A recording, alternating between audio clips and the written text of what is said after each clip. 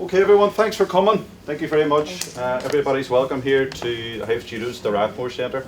It's a very special event we have today, and it's a very poignant event. This is 30 years anniversary for Creggan Enterprises, and obviously it coincides with a very significant date as well for Derry in terms of the 50th anniversary of Bloody Sunday.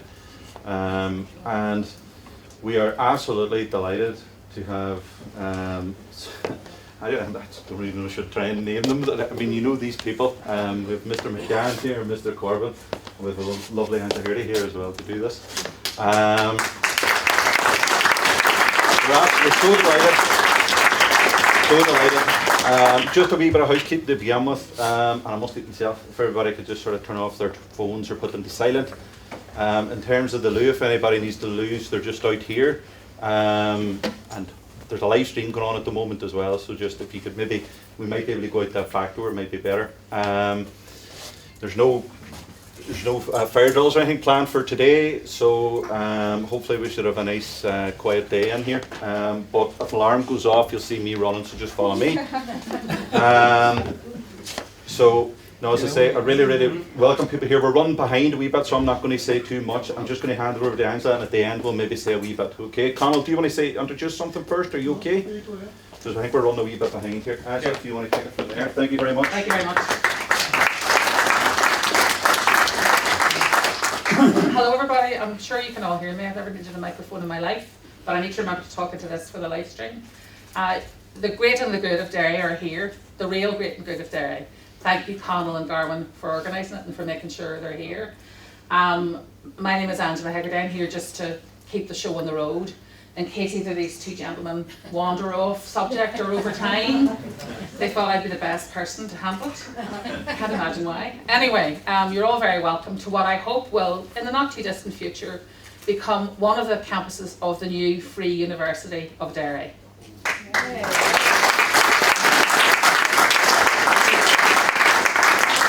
Because community education and community empowerment is really what it's all about, and that's what this project has done and continues to do so well.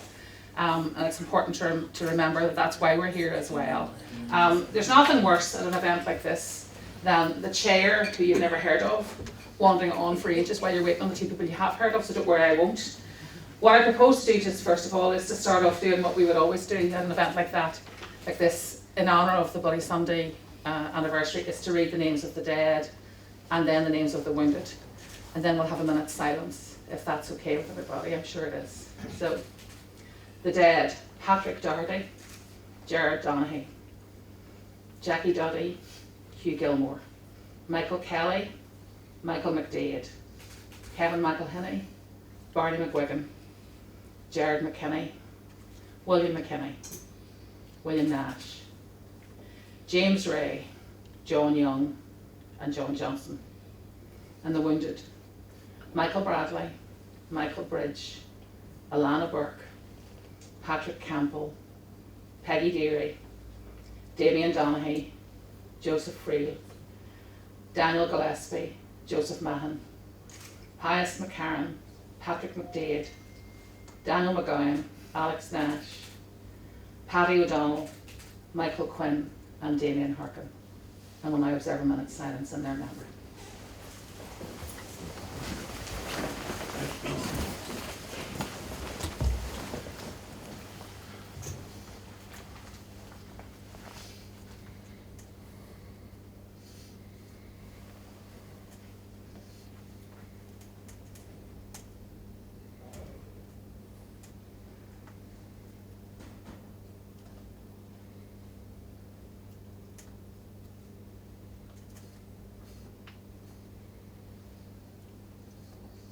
Thank you.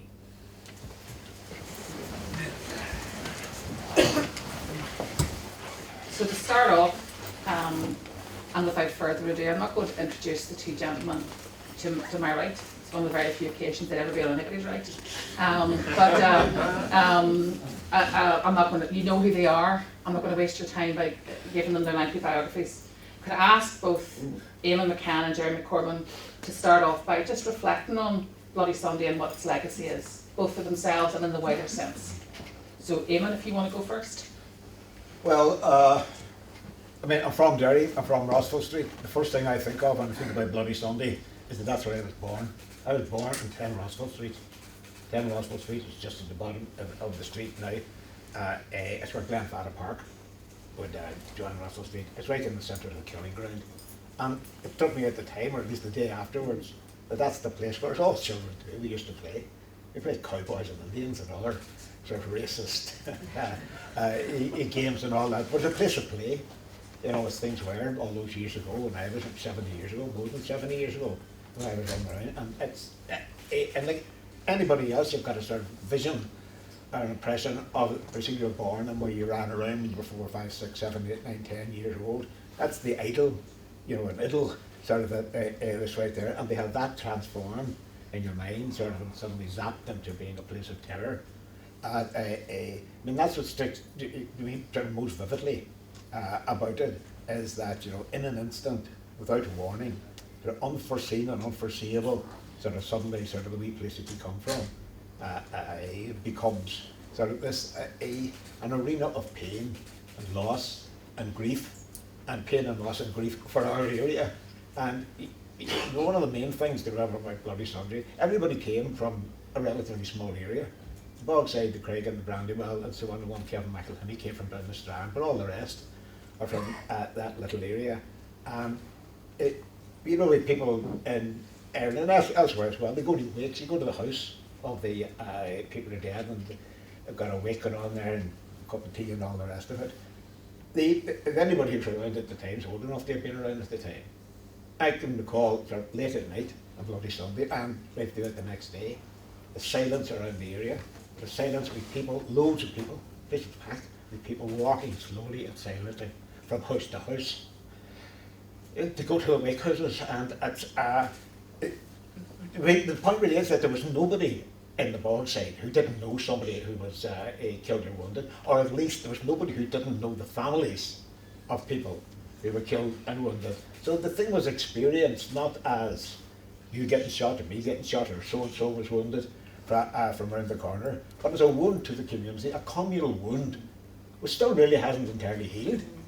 You know, sort of, so it's that's in a funny way, I mean, it's so deep and personal that, I mean, people in there, including myself, you sort of almost, I mean, none of this will sound strange, it's sort of ours. It's ours. You know, it's our experience. And you feel that all the more intimately because sort of you only, now loads of people around the world don't understand it quite well and all that there, but as far as we're concerned, this was done to us discreetly in our own place.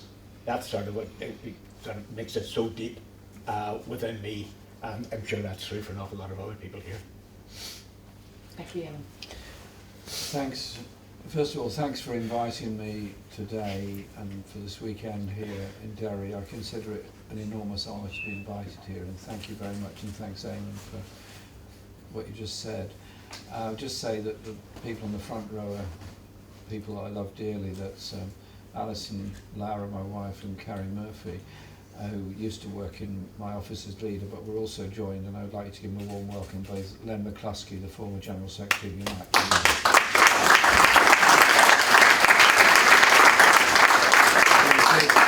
Everything possible to make sure his union was a force for social good, and above all to develop the principle of a community-based trade union through its community membership. And I think Len deserves a lot of accolade for the way in which he managed to begin to change the trade union movement into something more community-based. So Len, thank you for all that you did and all you still do. And we enjoy talking about poetry together. Well, he does anyway. Reflections on Bloody Sunday. I was working in London at the time, young person working in a trade union office, and utterly shocked when the news came through, and utterly shocked by the media response at that time in London and the day-to-day conversations that took place about it. People had been shot dead by British soldiers on the streets of Derry, and somehow or other the victims were to blame. Somehow or other the victims were responsible for their own death. And that was a media narrative that developed quite quickly. And then a week later, there was a solidarity march organised. It was a very long march. It was from Kilburn to Trafalgar Square. And it was massive, it was angry, it was very determined, and there was a huge police presence beside it. And we held a march often every year after that for quite a long time, and I often went on those marches, most of them. Some of them were accompanied by fascists from the National Front who would shout abuse at us the whole way and try to disrupt and break up the march. And then on the one in question in 1972, we then arrived in Trafalgar Square and were prevented from going down to where we wanted to be to lay the coffins, the mock coffins, outside Downing Street. And a lot of us got arrested that day and were very, very badly treated. But that was as nothing compared to what was happening here. It was the turning point in so much, and as Eamonn said, this is a close-knit community. Everybody knows everybody else. It's not a bit like the community I represent in London, where there's a 30% turnover of population every year. It's very different. Everybody knows somebody that was involved, everybody knows somebody that was part of the family of those that died, and the mental stress does not disappear with the funeral. It certainly didn't disappear with the whitewash of the Widgery inquiry, and whilst the later inquiry and David Cameron's statement to the House of Commons was intended to bring closure to the whole thing, it didn't, and it hasn't, and it won't, because that mental health scar goes on for a very long time in generation after generation, and a lot of people need to understand that.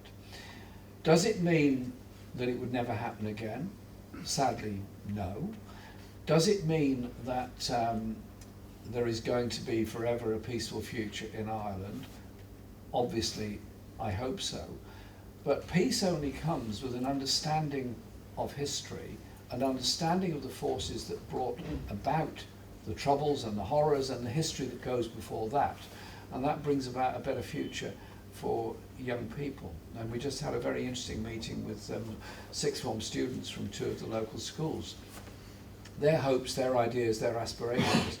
And I asked them one question at the end. I said, are you hopeful? This is a group of apprentices as well. Are you hopeful for the future of Creggan? And they said yes, they were hopeful. They did see their future here. They did see their future in Derry. They did see a future for them. But that means that Derry also needs, as you quite rightly said, the status, the university, the investment, and that future. But it also means that we should not brush under the carpet those that were responsible for the sending in of the troops, the idea that went on for a very long time that there was a military solution to the issues of the troubles in Ireland. And I remember when I took part in a demonstration outside Downing Street in about 85 or thereabouts during the shoot to kill policy. I was obviously opposed to the shoot to kill policy that was going on. I just got a whole pile of abuse in the Daily Mail and all the other papers for even suggesting that the British Army would ever do anything wrong. Well, politicians are elected to hold authority to account. It is about holding power to account. It's often very, very difficult, and you often get a lot of abuse along the way there. But if you don't hold people to account, nothing happens. I'll just finish on this because I could go on far too long. This centre exists because the people of Creggan wanted something different. It was self-help by establishing a co-op to establish this centre. It was the bravery of the families, the supporters, the people that brought about the eventual inquiry, that brought about that justice, and the vilification and abuse they suffered on the way is something that has to be reckoned with. And so I just take my hat off to the people of Derry for what they went through and their determination to bring about justice in the long term. And that's what it really has to be about. And so, to me, this weekend is a very poignant occasion, 50 years on, for that horrible event. And it has to be made meaningful to a younger generation as well, because theirs is the future. It's how they develop Ireland in the future that is so important. You cannot do it unless you fully understand all the aspects and all the horrors and the joys of Irish history, Irish music and Irish literature. It is about cultural and literary identity as well as economic and social justice issues. But to me, I'm pleased to be here and pleased that we are commemorating the loss of those beautiful lives. You read out the names. Think what each one of those might have done, might have achieved, might have contributed to, and whose families would have been so different had that terrible day not happened. What a tragedy, what a waste of human life.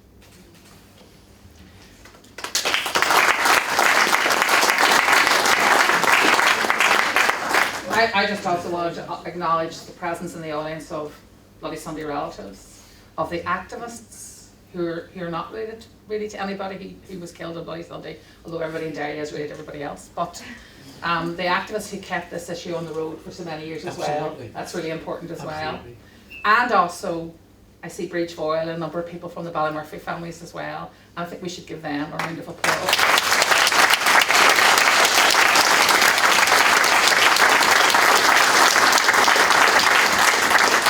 Tenacity and the dignity of those people that have brought about the peace process. Absolutely. Eamonn, did you want to add anything to that? Well, just you mentioned Ballymurphy, the chip and this sort of immediately after Bloody Sunday, and to some extent even today, sort of the British establishment, the ruling class, is saying, well, it was unforeseen.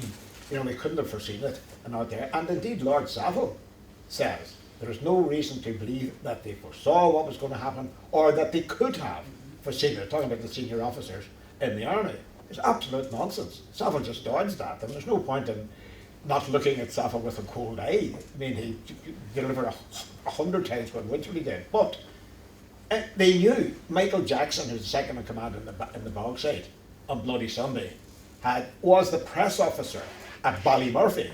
He was there throughout 3 days when people were being gunned down.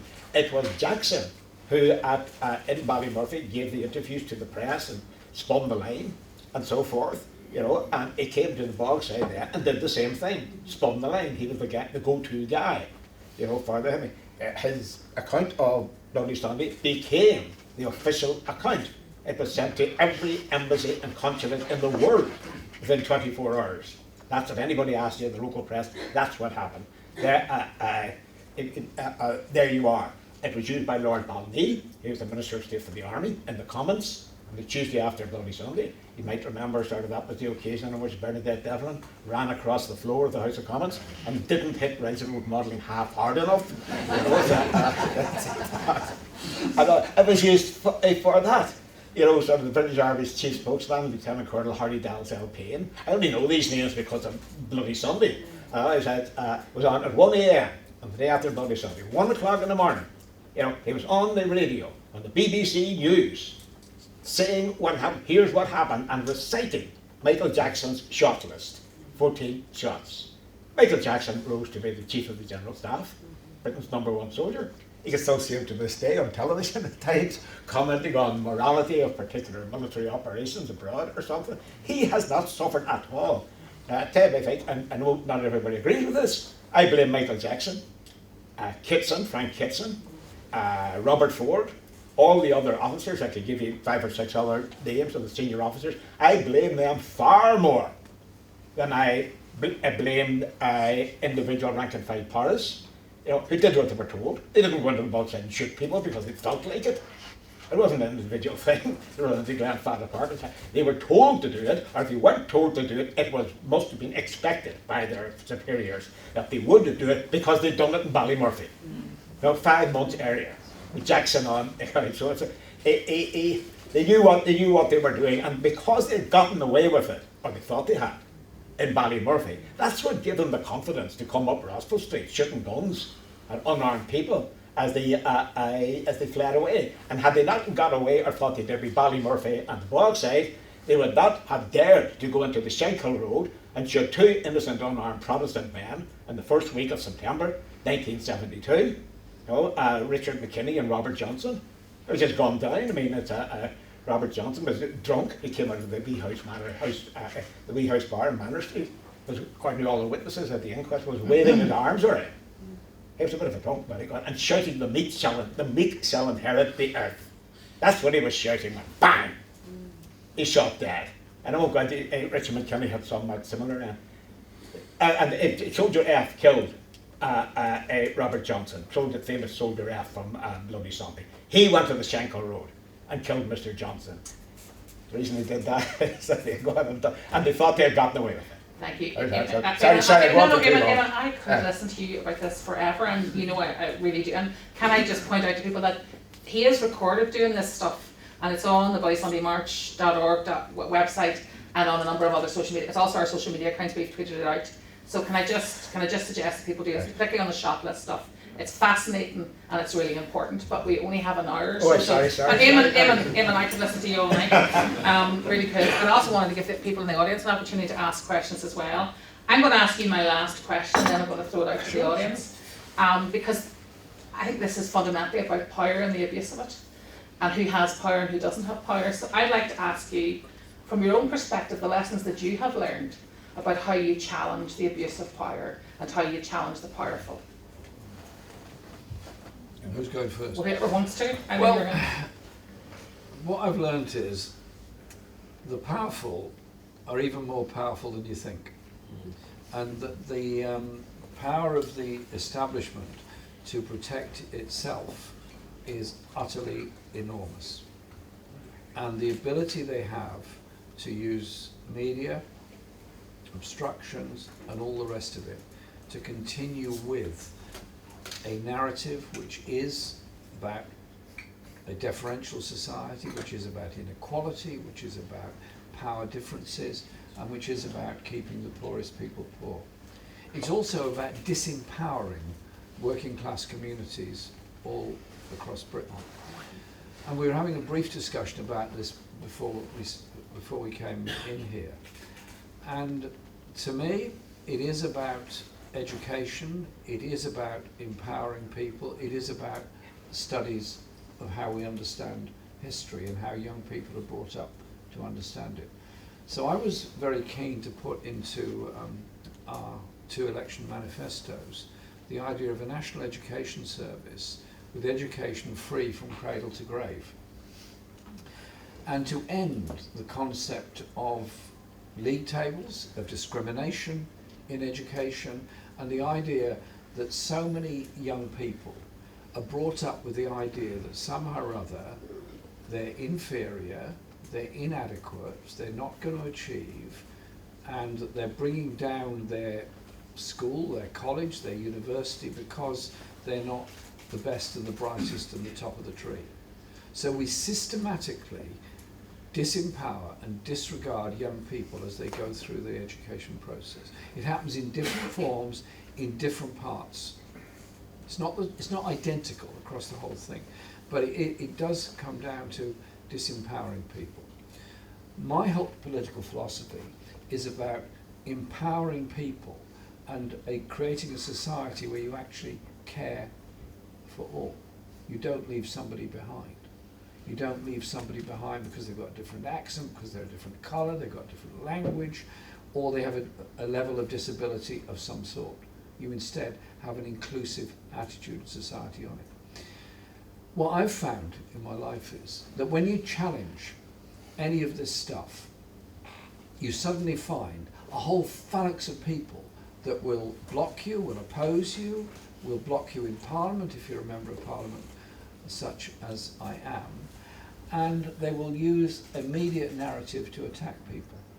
I was very involved in the campaigns about the Guildford 4 and the Birmingham 6. And what we found was, the more we challenged what was clearly a lie that had been told systematically about those people, and the ruination of their lives as a result of it, the more we were attacked for exposing the lie. So it became then a whole downward spiral. In exactly the same way, the families of the victims of Bloody Sunday were attacked because they were the families of the victims who had been killed by the British Army. And it's that sense of power and entitlement that has to be challenged. And it's not easy. It's not easy to do that. But every time you do challenge and you win something, it does change the story. At the same time as Bloody Sunday, roughly speaking, the building workers in Shrewsbury were arrested and accused by a Labour minister, Reg Prentice. He later joined the Tories, but maybe he should have started with the Tories and saved us all the bother. But he accused them of running around a building site with iron bars trying to attack people. It was total nonsense, utter total nonsense. The lives of those Shrewsbury pickets was ruined, and they finally won justice last year after almost 50 years of campaigning. Different scale to Bloody Sunday, but that victory, the victory of the Hillsborough families and others, does empower others to challenge. And as Eamonn was saying, when something like this happens, you get rapidly a story placed in the media, as Mike Jackson did, and that was then taken as gospel by all the British media. So the story was out within a few hours of the horror of this. The story was out that some or other the victims were responsible for their own demise. And that then became the basis of years and years of campaigning. And so my admiration for the families and my sorrow at what you've all gone through. But thank you, because by at least getting to the position where there was some move towards justice, you've actually changed the narrative for a whole lot of other people. And people are going to be sceptical then about news they get from the establishment trying to protect its own. And so, to me, it is about challenging power. When you're in a leadership position, it's very tempting to be very autocratic, because that's what you're encouraged to do and be. But in reality, the function of leadership is to empower others and empower democracy in society, questioning and accountability. And that's the hard part. But if the legacy is a stronger questioning democracy, is a much more sceptical population that won't take as gospel this kind of nonsense that Mike Jackson put out at that time, then we begin to have a better and much stronger society. It's a hard road to go down, but the alternative is that we allow this sense of injustice to go on, and this kind of horror that happened here to happen somewhere else, in a war zone, somewhere else, where you vilify a people, you vilify the image of a people in order to carry out an aggression against them. I mean, this might sound a long way away from the mark, but I'm not sure it is. How is it that the slave trade was tolerated for so long by Europe, other than they had so demonized black people in Africa that somehow or other they were subhuman, therefore it was okay to enslave them? And so quite a substantial number of the population thought, well, that's okay, they're not real humans. That is what that level of inequality, injustice and patronage leads to and brings us to in the end. And so it is about education and empowering people. Now I must say, the young people we just met here, I think Creggan and Derry got a great future with those young people. So let's pick it up for them.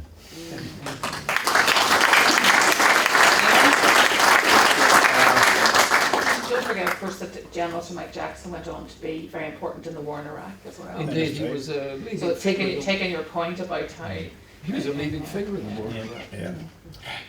With all that went on. Yeah. The thing I'd add to that is that the vilification actually works, of course, or works for decades and so on, and not just for the immediate target audience. Now, you know, there's a lot of people in this room who will know that the Bloody Sunday families were turned away from doors in this city, you know, because they allegations have been so thick and fast. I think I know for a fact that even some people who are on the march, I only know one person, I guess, but I don't think it can be sort of an isolated case. He was on the march and said, when I was left before the shooting started, the crowd must have started up doing whatever they were doing to justify the killing afterwards. So it works if you spread, and if it's unanimous. Like as Jeremy was saying, you know, you get all the media, so you look at the Guardian and so on, and then the Daily Mirror confirms it. And then sort of the Telegraph confirms it, the BBC confirms it, and so forth. So it looks like this is all, you know, it's a massive independent evidence when there isn't.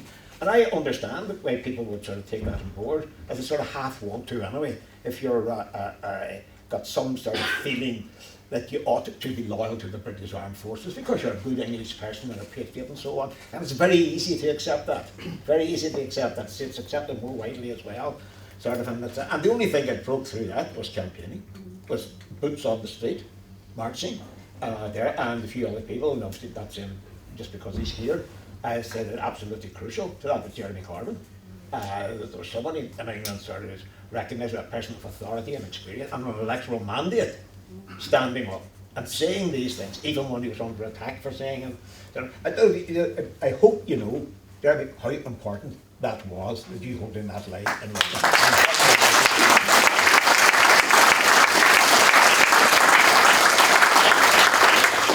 Did you want to say anything more Please about power? because it was out at the time. Did you want to say any more about challenging power? Because you've been doing it for quite a while. Well, I think one thing I'd say about challenging power, and it's sort of in some ways a banal observation, that the place where power is challenged is when ordinary people come together.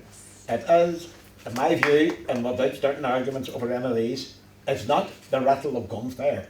It's not resolutions at Parliament that make the difference. It's the sound of marching feet of ordinary people.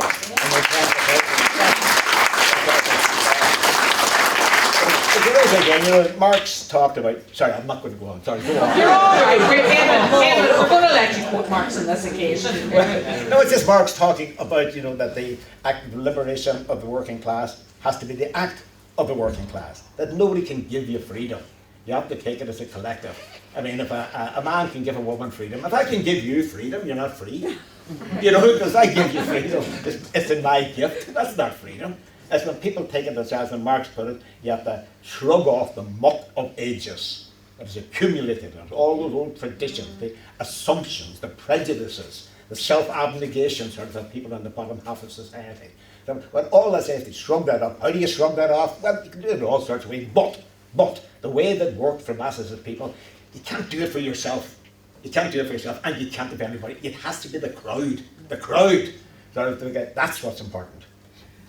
Thank you. I have another question which I'm going to which arises out of what you've just said, but I'm going to see if there's anybody. Conal's having a stroke because I don't know if we have a microphone. There's a couple of people in the audience with their hands up. Are there any women with their hands up? Thank you. I'm just going to, because there aren't enough female voices in these situations anyway. So you'll get that. It's not a question, but I just wanted to say I've been living in England now for 40 years, and I remember Eamonn as a young girl. My father was Mickey Roddy in Waterloo Street, and you gave me my sense of justice really back then. I was 11 on Bloody Sunday, and I just take my hats off to both you men, because you've never changed, you never deviated, and that's what I just thank you.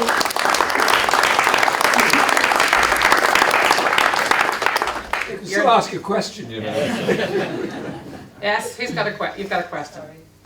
Yeah, on the whole issue of power, and on the day that's in it, on the weekend that's in it as well. I mean, the civil rights movement in this country began on working class issues, on housing and unemployment.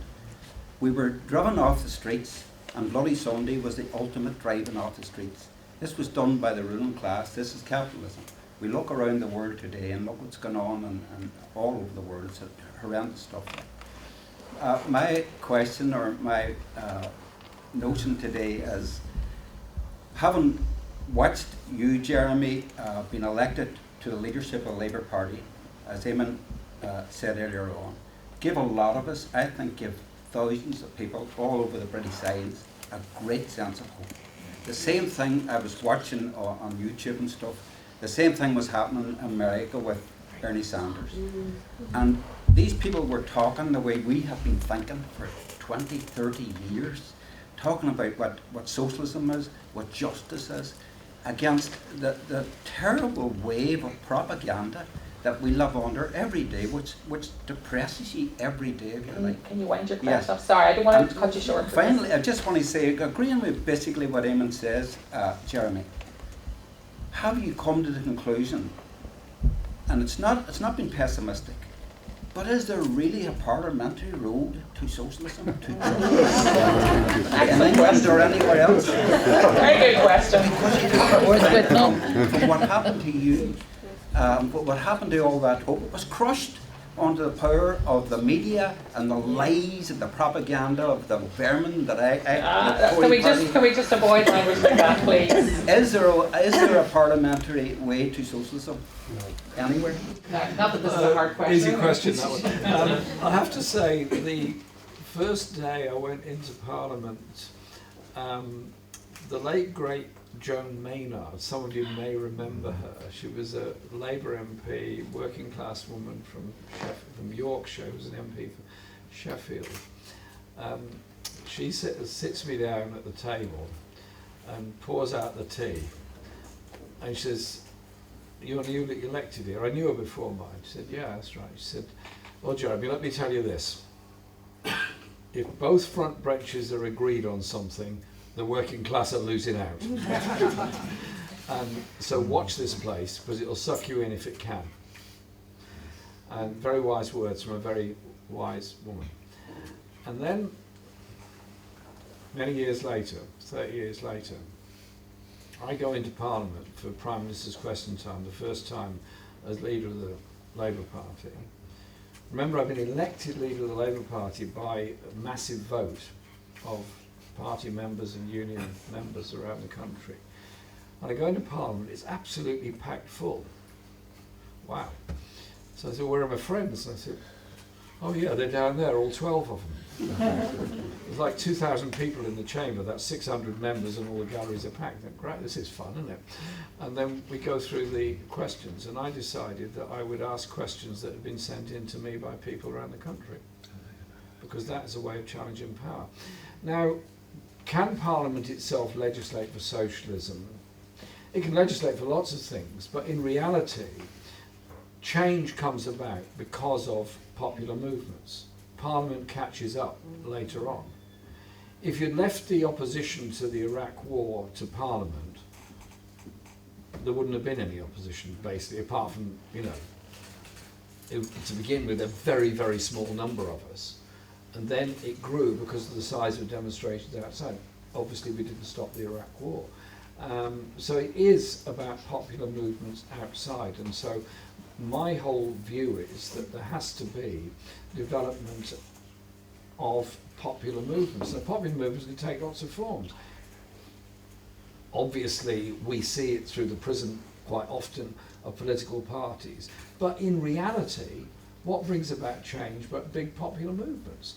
All those people in Ireland that were vilified for campaigning against the First World War and for the independence of Ireland from the British Empire in 1914 were utterly vilified by the Irish press and the British press, and the executions happened in 1916. In reality, they are now the revered figures of Irish history because they look beyond all of that and beyond the First World War. Those that opposed the First World War, more venerated now than defiled as they were at that time. Keir Hardie, Connolly, and many others. So is there a parliamentary road to socialism? Simply, as a simple answer, no. There isn't a simple parliamentary road to socialism. A road to a socialist society involves hardship, sacrifice, campaigning, but above all, uniting people and forcing legislative change that comes about, and that in turn can force political change. But it is about the strength of people in communities. Len McCluskey and I, in leadership positions, cannot deliver change unless the people actually are prepared to fight for that change. All we can do is try and point the way and empower people to do it. And that really is what it's about. It's empowering and mobilising people. Look at countries that have achieved amazing levels of change. It's very seldom come from on high. It always comes from mass movements as a whole, and that's really, I think, what we're contending with. Now, I'll just finish on this because I could go on for a long time about this. We live in a world where it's never been easier to communicate with each other. Every one of us in this room, I should imagine, has got a mobile phone. Within 10 seconds, you can find out almost anything you want to by going onto the internet. You can communicate with almost anybody anywhere in the world, except when you need to. The power of the media corporations to control what we say to each other, how we say it to each other, is massive. Give an example. The Indian farmers opposed the marketisation of Indian agriculture. Massive demonstration, biggest strike ever in world history, 250 million people on strike. March into New Delhi, occupy the centre of New Delhi to bring about a change. At a crucial moment in that, what happens? All internet goes down, all mobile phones go down, all communications go down. There's suddenly a small group of people isolated in the middle of a big city. That is the power of global corporations to decide what we do, what we say, what we think, when we say it. We, who care about these things, have got to develop our own secure and independent form of communicating with each other and the values that go with it. Otherwise, we end up with an autocratic society which is obsessed with consumerism and nothing else, and allow massive injustices and abuses of human rights to go on, and we don't even know about it. The power is in our hands, not theirs, but we have to use it. Eamonn? David, you just reminded me of the connections between sort of the anti-war movement and the campaign against World War I, sort of the courage of the conscientious objectors in World War I. I mean, one of the people most active in that was Fenner Brockway. Absolutely. Fenner Brockway was on the platform on Bloody Sunday, I don't know if you know that. He was due to be sort of the final speaker at that meeting. And there are a number of other ways, and sometimes in a semi-sentimental way, you like to sort of make the connection between, because I don't want to be ferociously nationalist, but I don't want to have hatred of the English people because they are English. And it's good to look back over there and see, you know, sort of the way in which I've been going back to, you know, the 17th century, you know, sort of from Cromwell's time, when there was a distinct radical tradition in England which actually stood by Ireland when Cromwell was going, and that was the cause of the revolt against Cromwell's leadership. It's well to remember them things. And they were killed at Burford Church. Absolutely, yep. And the other thing, look, if we think of it, Ridsburg, wasn't it? He, in his wonderful statement, one of the great statements was, "The poorest he that is in England have as much right to life as the greatest he." Old-fashioned language, but somehow that invests it. So there was a dignity and an importance, a venerability, sort of that wouldn't have if you said we need more levellers, Eamonn. We need more levellers. We need more levellers, and we need more raptors, and we need more diggers, and all the things like that. Because, I mean, if you read about that period, you always sometimes think of the imperial history of England, and they were all sort of just led astray, sort of, and they're still, people say, you know, the English people, they don't think, it's just bollocks. You know, in the 17th century, the hubbub of radical ideas that was coming up, you see in the Putney debates and so on, was nothing else, nothing like that was happening anywhere in the world. The English working class was in the front of modern thinking. I just like to remind myself of that every now and again, in case I give away entirely to the temptation to just say, English bastard. We don't think that. We don't think people of Derry know very well how important it is to have solidarity with oppressed people all over the world and closer to home. And on that point, I just wanted to acknowledge the presence in the audience of Sheila Coleman of the Hillsborough Justice Campaign as well.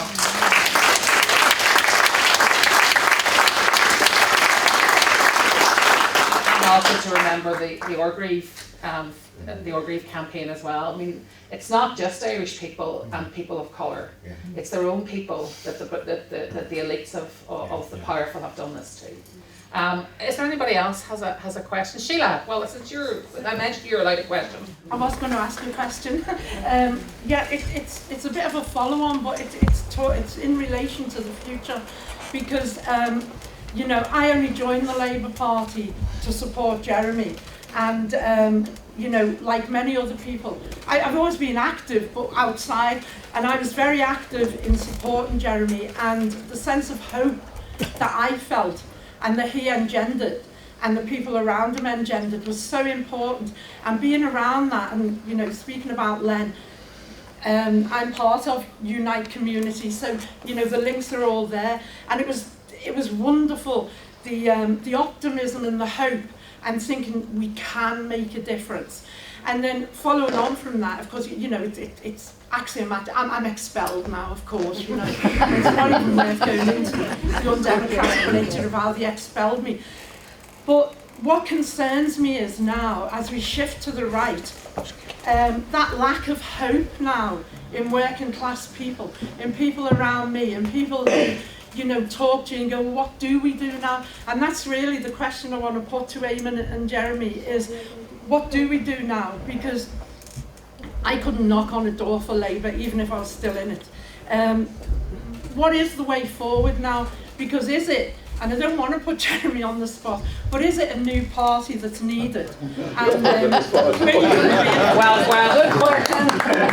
but the role of communities, which you know I feel passionately about, and the power has to come from communities. But how do you fix that? How do you make that happen without going into communities and organising? Just by the very nature of organising, you're not imposing a little bit, and that's a contradiction I've found working as a community coordinator within Unite. It's just a reality. We have to listen to communities, but how do we go from those communities dealing with something in their area to the position where we become powerful enough to change something? And if it isn't, you know, sort of, is there a parliamentary road to socialism? Well, increasingly as I age, I think, no, there isn't. And I'm firmly with Eamonn on the March of Feet, and that's how you do it. But I want to still be hopeful. I want to retain. Well, I'm going to put your question, yes, Sheila, only because I got the nod to wind up. Please, so yeah. You know, give us some hope. Before I do, can I just seriously ask you one question? Yeah. First of all, massive thank you for everything you've done, everything you do, because you change a lot of people's lives, a lot of people's perception. You took up a cause that was not of itself obviously totally political at the beginning. It was a tragedy, and it was a lot of people at a football match who died and shouldn't have done, all the horrors that went with that. We know that. And it became a battle over the police, a battle over truth, a battle over justice, a battle over campaigning, and you did all of that. And it became a very political campaign and united the city of Liverpool in a way that nothing else ever has. And the political legacy is the sun isn't welcome in Liverpool anymore, and it never should be. Did you see a political development growing as the campaign went on, or was it something that you were inspiring them to do? Personally, I felt the politics of it from the beginning, but that's me because I'm a political animal and Yeah. around me where. In terms of our campaign, and you know, Jill who's with me today is a Hillsborough survivor. Our campaign, the actual Hillsborough Justice campaign, began 9 years after the disaster because of the politics and the kind of co-opting of people involved in Hillsborough. And at first, even within our group, which was the more political, people saw it just as football and no, that doesn't concern us and that. But we would say, no, we're going to London, we're going on this social justice march, and this is what's happening. We would get speakers in. And it was organic how it grew, and people began to see the politics. And the more people, bereaved families and survivors, mixed with other campaigns, it became obvious. And so as it went on, and I said there was something the other week about how when people would go, we've gone on for years, there's nothing happening. And I'd go, oh, look at the bloody Sunday families, they've been going years longer than us, and they're still there. We're pups, we're young ones at all this. So it grew to the point where the biggest, and we succeeded to some extent getting verdicts changed because of football in the terms of it being a mass movement of people, and also people in at football understanding it. It was a working class, and most miscarriages of justice are working class miscarriages of justice, and that was the point, and people began to get onto it. And so, you know, you mentioned Orgreave, you know, you mentioned the Shrewsbury, so it was organic. and you can do it. But what I want to see is that shift to how we live in a better country. Just before you come back, I just wanted to point out that Sheila is speaking tomorrow at events in Pilot Row if you want to hear more, and there are details on the website. I really do need to I'm going to ask the two gentlemen to conclude. We're very short in time, and I understand there's a So when media did we facilities. become gentlemen? I always refer to people as gentlemen. Dare you? Yeah. It's how I was brought up, that my mother would be rotating if I hadn't referred to you as gentlemen, that's all I could say. And she's praying not to be far from here, over in the city cemetery, so, can't be too careful. Eamonn, I'm going to ask both of you to mind, because I think the point that Sheila makes is the point you've both made, kind of throughout, it's been the theme, is the importance of empowering communities, and how we do that. I think we'll go first, and I'm going to ask you to wind up. Eamonn? I don't know, we could talk for hours about that, and all that there.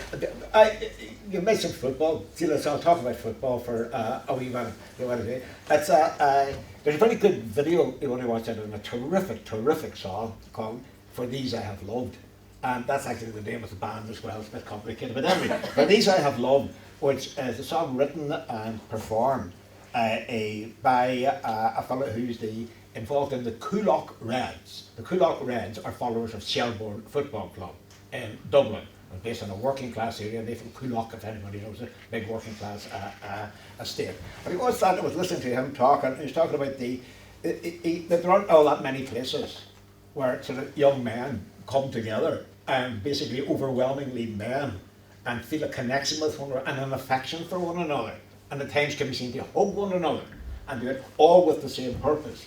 And he says there's only two places, either Stephen, who's the proper name of the guy, he says politics and football are the only two places where you can see that happening anywhere in the world. And anybody who's a football fan will know that sense of being there in a mass array, sort of a mass of people, but all as one.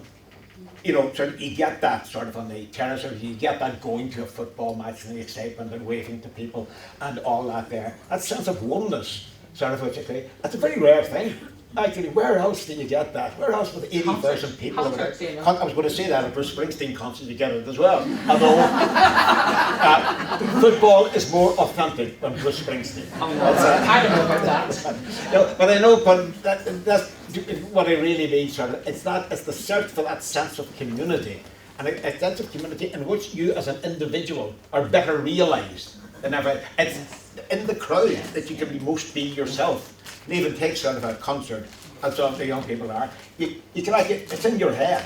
You're listening, maybe with your eyes closed, you don't see anybody else, but you know that all around you, there's people listening to the same thing and experiencing the same thing. That's what gives it a headiness. Transcendent. A transcendent. And if you can get that feeling into mass politics and so on, you've cracked it.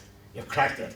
So it's so the football analogy is a very good one. It's and I'm pleased that you call the Coolock Reds the Reds. And you get that all over.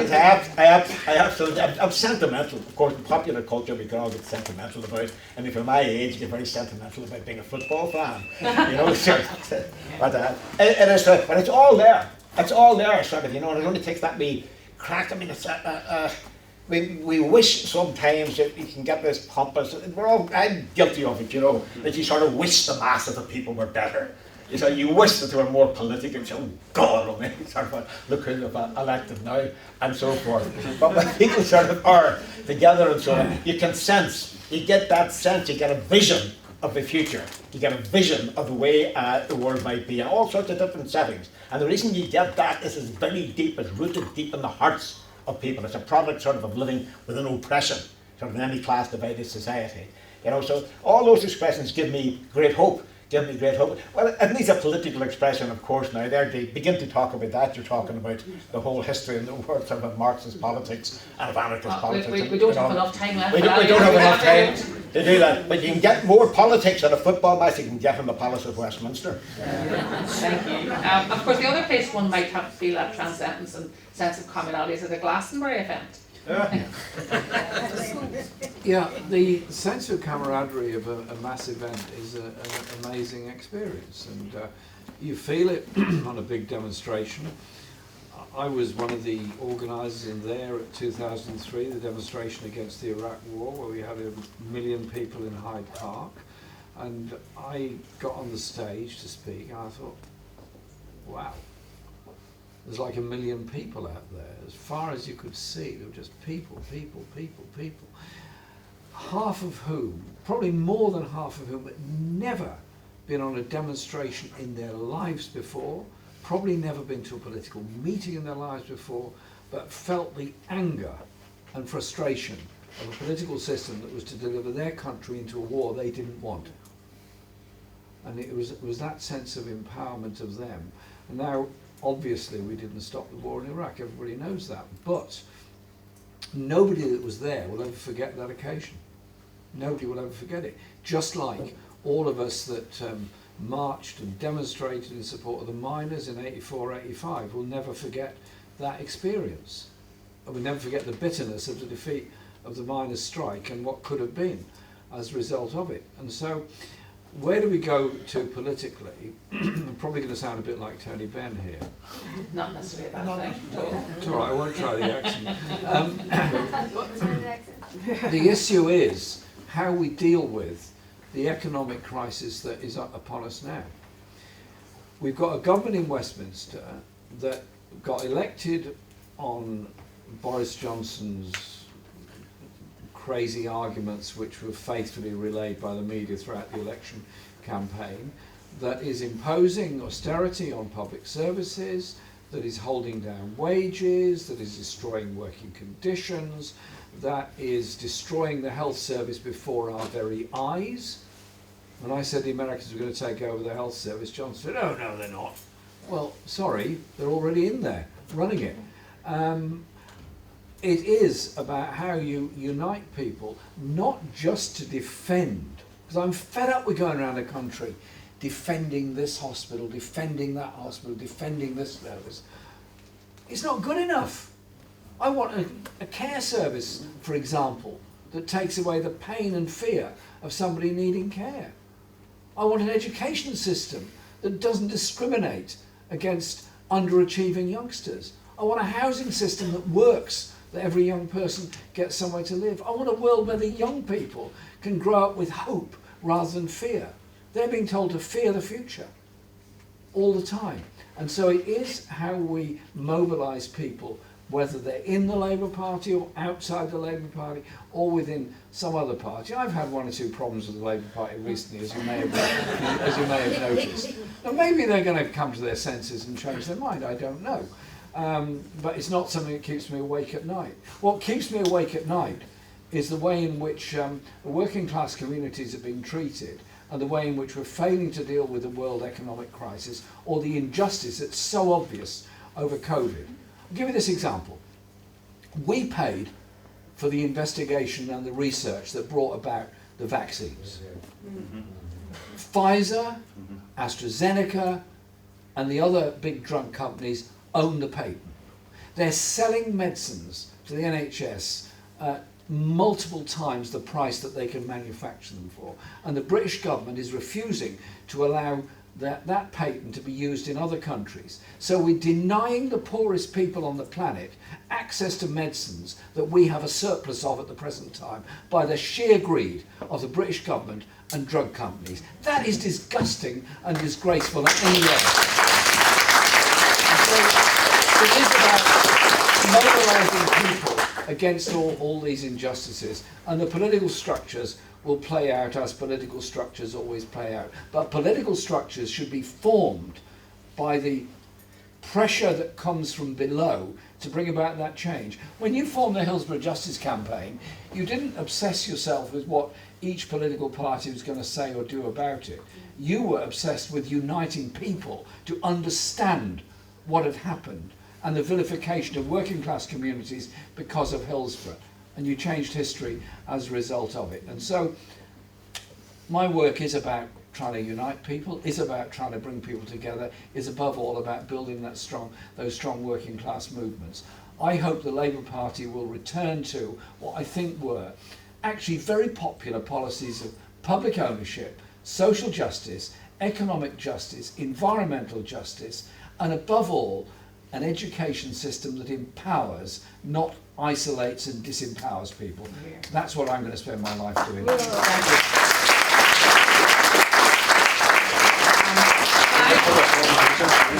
for me to do? Sorry, I'm aware that. So I need to wind up. There are a couple of minor things that have to be done, giving these nice things, basically, which is always nice. I don't think they're sort of luxury goodie bags, but we live in hope. No, but Yeah, can we, Eamonn and I, sort of do this another time where we don't get Yes. so limited to nearly an hour's I would discussion? be delighted. I would be delighted.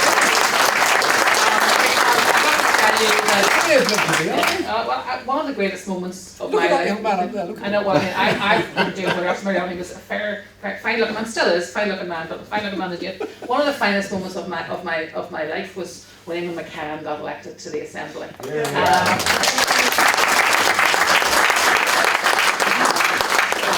It was a great moment. It's a pity it didn't last even longer, but that's the Assembly for you. You know, we would love to have you back. I know that we'd love to have a bigger audience, maybe at times when we can have more people in the hall. Connell, over to you. You can sort that one out. That's for your to-do list. I will let you thank. On their behalf, can I thank you? On my behalf, can I thank Connell and Garwin and Creggan Enterprises for asking me to do this? This was a pleasure. Thank you very much indeed. Over to you. Thank you so much. I know everybody here really enjoyed that. We have a couple of quick presentations to make now. And if you don't mind, we're going to do our hometown hero first, if you don't mind, Jeremy. I'm just going to call up Polly McClenaghan here, who you know very well, just to present yourself.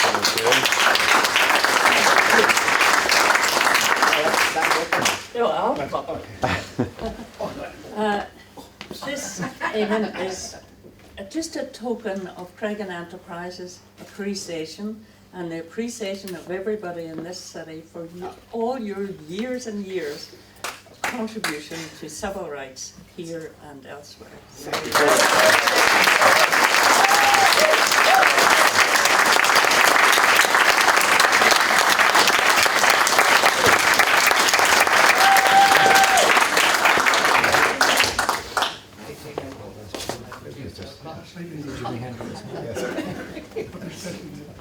I'm admiring his Jimi Hendrix hair. Very impressive, very impressive. I'm just going to call up Paul McKinney now as well to make a presentation of one of his heroes as well, Mr. Corbyn. Again, Jeremy, this is a presentation on behalf of Creggan Enterprises. In terms of my activism, both yourself and Eamonn were the people who motivated me on the community development and community activism, and it's a pleasure to have you here today.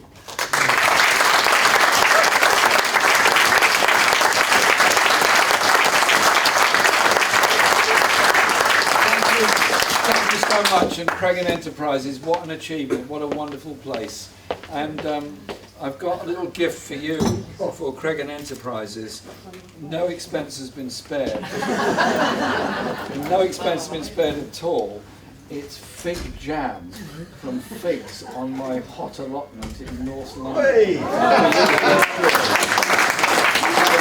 It's not a very big jar, but you know, if you get a small loaf of bread and share it out, everybody will get a slice. The panel's going to be a raffle, you didn't worry. That's great, I really appreciate that. Thank you very much. We haven't tried it yet. How are you doing?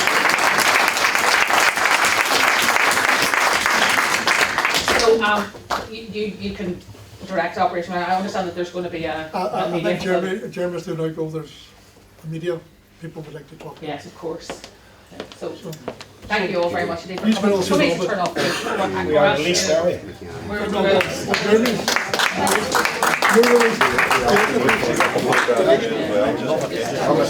How are we doing the photo?